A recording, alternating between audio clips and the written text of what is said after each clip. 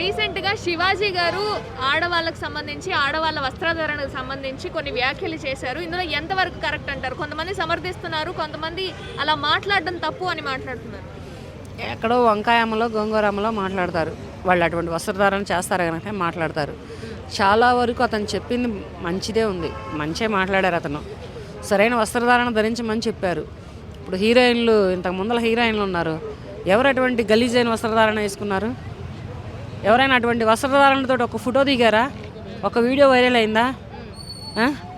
వేసుకున్నా కానీ అవి ఎక్కడో సైలెంట్గా వేసుకుంటారు, సైలెంట్గా ఉండేవాళ్ళు. అంతేగాని మరీ ఇంత విచ్చలవిడిగా వేసుకొని తిరగడం, ఇంత విచ్చలవిడిగా చెందడం కరెక్ట్ కాదు కదా. అది ఆయన మాట్లాడిన మాటలు ఏం తప్పు ఉందని ఇంత వైరల్ చేస్తున్నారు? ఒక సగటు మనిషిగా ఒక మహిళ వస్త్రధారణ గురించి మాట్లాడడం కూడా తప్పేనా? అంటే అనసూయ, చిన్మయ్ వీళ్ళు కూడా రెస్పాండ్ అవుతున్నారు. చిన్మయ్ అయితే డైరెక్ట్గా ఆయన చీర కట్టుకోండి మీరు, మీకు అంతగానో కావాలంటే అని. వాళ్ళు అటువంటి ఒక గలీజైన వస్త్రధారణ ధరిస్తున్నారు కనుకనే వాళ్ళకి తగిలింది దెబ్బ. అనసూయ అయితే నా బాడీ నా ఇష్టం, నీకెందుకు? నీ బాడీ నీ ఇష్టమైనప్పుడు నీ మొగుడికి, నీ ఇంట్లో వాళ్ళకి నీ వరకే ఉండాలా. నువ్వు పబ్లిక్లోకి ఎలా వస్తున్నావు? పబ్లిక్లోకి ఎందుకు వస్తావు? నువ్వు పబ్లిక్లోకి వచ్చి ఫోటోలకి, కెమెరాలకి ఫోజులు ఎలా ఇస్తావు? ఇవ్వద్దు కదా. నీ బాడీ నీ వస్త్రధారణ అన్నప్పుడు నువ్వు ఇంటి వరకే ఉండాలా. లేకపోతే నువ్వు ఎక్కడికైనా అకేషన్లకు వెళ్ళినా కానీ ఎంత గలీజైన వస్త్రధారణ పెడుతున్నావో తెలుస్తుందా నీకు? ఇదంతా నీకు సిగ్గు అనిపించట్లేదా? నీ భర్త నిన్ను ఎలా వదిలేస్తున్నారు, నీ పిల్లలు నిన్ను ఎలా చూస్తున్నారు? సమాజమే ఇలా మాట్లాడుతుంది అంటే ఇంకా నువ్వెంత ఎలా ఉండాలి? ఇవన్నీ వదిలేసేసుకొని నా బాడీ నా ఇష్టం అని మాట్లాడతావా?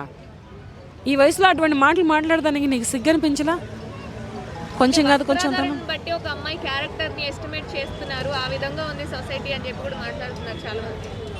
వస్త్రాధారణ బట్టి అంటే ఆ అమ్మాయి వస్త్రాధారణ బట్టే క్యారెక్టర్ ఉంటుంది. అలాగని చీరలు కట్టిన వాళ్ళందరూ కాని వాళ్ళు కారు, బికినీలు వేసిన వాళ్ళందరూ అయిన వాళ్ళని కాదు. అది ఎంతవరకు, ఎక్కడ వరకు, ఎవరికి చూపించాలి? చూపించుకో, కాదని చెప్పట్లేదు, వద్దని చెప్పట్లేదు. ఎవరికి చూపించాలో వాళ్ళకే చూపించాలా. నువ్వు ప్రతి ఈవెంట్కి ఇటువంటి వస్త్రధారణ మీద వస్తే ఎవరైనా చెల్లిస్తారు, ఎవరైనా మాట్లాడతారు. ఇప్పుడు ఇటువంటి వస్త్రధారణ చూసే యువత, డ్రగ్స్ తీసుకుంటున్న యువత, తాగుడుకు బానిసైన యువత, గంజాయి తాగుతున్న యువత, 6 ఏళ్ల పసిపాపల దగ్గర నుంచి 60 ఏళ్ల ముసలాళ్ళ వరకు కూడా అత్యాచారాలు చేసి హత్యలు చేసే స్థాయికి దిగజారిపోయినాయి మన తెలుగు రాష్ట్రాలు. స్థాయికి దిగజారిపోయినాయి అంటే ఇటువంటి మాటలు మాట్లాడటంలో తప్పే ఉంది. చిన్మయి కట్టుకోమంటే చీరలు కట్టిన హీరోలు చాలామంది ఉన్నారు తెలుసా. చిరంజీవి గారు లేడీ డ్రెస్ వేశారు, రామారావు గారు లేడీ డ్రెస్ వేశారు, రాజన్ ప్రసాద్ గారు లేడీ డ్రెస్ వేశారు, అల్లు అర్జున్ గారు లేడీ డ్రెస్ వేశారు, కమల్ హాసన్ గారు లేడీ డ్రెస్ వేశారు. మరి వీళ్ళందరూ హీరోలు కాలేదా? వీళ్ళందరూ చీరలు కట్టుకొని యాక్షన్ చేయలేదా? అంటే సామాన్లు ఉండలు అని తిట్టడం ఎంతవరకు కరెక్ట్ అంటారు? అదేదో ఫ్లోలో అని ఉంటారు, కానీ సామాన్లు అనడంలో తప్పలేదు.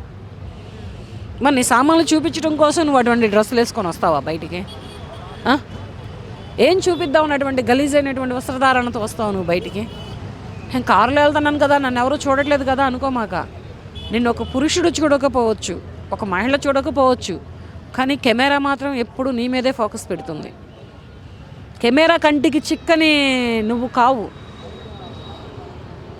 నీ కారులో నువ్వు ఎక్కుతావేమో, నీ కారులో, నీ ఇంట్లో గడప తీస్తే నీ గడప మీద అడుగు తీస్తే కారులో పెడతావు, కారులో అడుగు తీస్తే నువ్వు ఈవెంట్లో పెట్టొచ్చు, కానీ కెమెరాకి చిక్కుతున్నావే.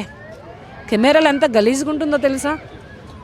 వయసుకు తగ్గట్టన్నా ఉండండి అమ్మా. సరే వేసుకుంటే వేసుకున్నారు, మీ బాడీయే, మీ డ్రెస్సింగే, మీ చీరలు వాళ్ళు కడతారులే, కానీ కాస్తంత ఒళ్ళు దాచుకుంటే బాగుంటుంది. మరి ఎంత ఒళ్ళు విప్పి చూపించుకుంటే అవకాశాలు వస్తాయని ఎవరు చెప్పలేదు.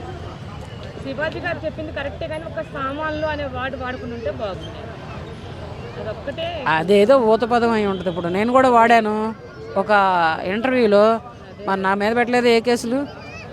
నా సామాన్లు చూసుకోమని చెప్పారు. నేను ఒక నటినే, నేను ఒక ఆర్టిస్ట్నే. కామెంట్లు అయితే నాకు భయంకరంగా వస్తాయి.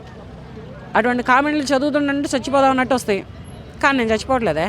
అంటే మహిళా మండలి బయట చాలా మంది ఆయన మీద కేసు పెట్టాలి, ఈ విధంగా ఎలా మాట్లాడతారు? ఒక మహిళని ఏ విధంగా మాట్లాడగలరా స్టేజ్ మీద? వాళ్ళు కూడా అటువంటి వస్త్రధారణ వేస్తున్నారేమో, అందుకని అటువంటి మాటలు మాట్లాడుతున్నారు. వాళ్ళు కూడా అటువంటి వస్త్రధారణ ధరించబట్టే అటువంటి వ్యాఖ్యలు చేయగలుగుతున్నారు. అంత అవసరం ఏమొచ్చింది?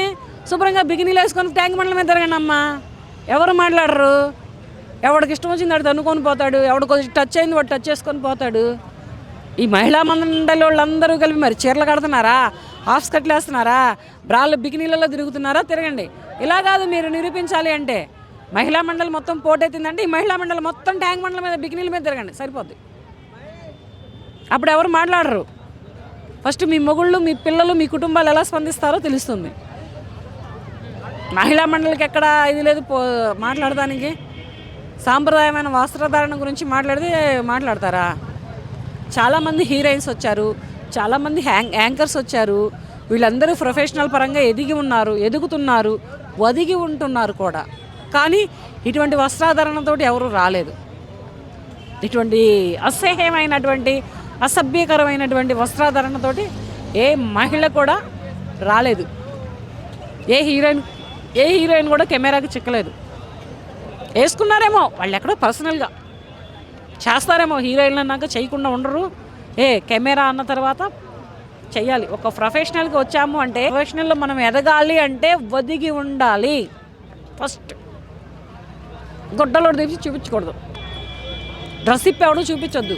ఒదిగి ఉండడం అంటే అది ఎక్కడి వరకు అక్కడి వరకే ఉంటుంది. అంతేగాని హద్దు మీరు చూపిస్తే ఇటువంటి వ్యాఖ్యలే వస్తూ ఉంటాయి.